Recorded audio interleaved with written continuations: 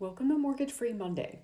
If you're a business owner, you may know that using leverage in a business by employing borrowed funds or resources can potentially increase returns and achieve larger business goals than would be possible with existing capital alone.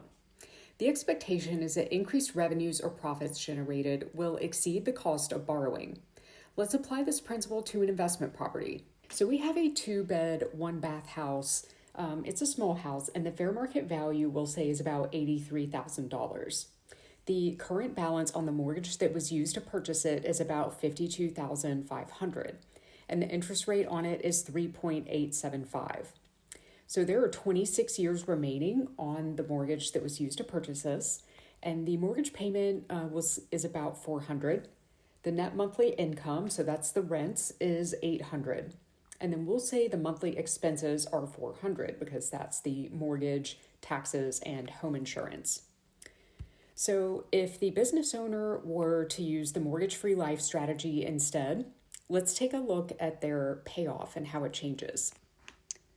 So in the current scenario, the total interest paid on the property would be $30,883, and they'd be looking at doing this over the next 26 years. Now, using the mortgage-free life strategy, they'd be looking at paying $28,290 roughly. And that would happen in about 10.75 years. So you may be noticing that interest savings is relatively small. It's about $2,600. But there are a lot of benefits here, and that's why this investment property owner chose to use mortgage-free life to pay off this property. So in our strategy, you have access to the equity that you have in the property.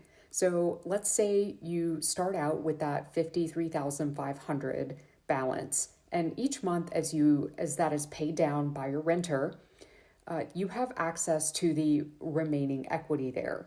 So over time, this can increase substantially to where you have access to the full equity of the property at the end of that payoff, as I mentioned, 10.75 years. So this can be really helpful if some type of expensive repair comes up, maybe the AC goes out or something else. And so that is a really good example of using leverage in a business to scale, because doing this allows this business owner to add more investment properties to their portfolio.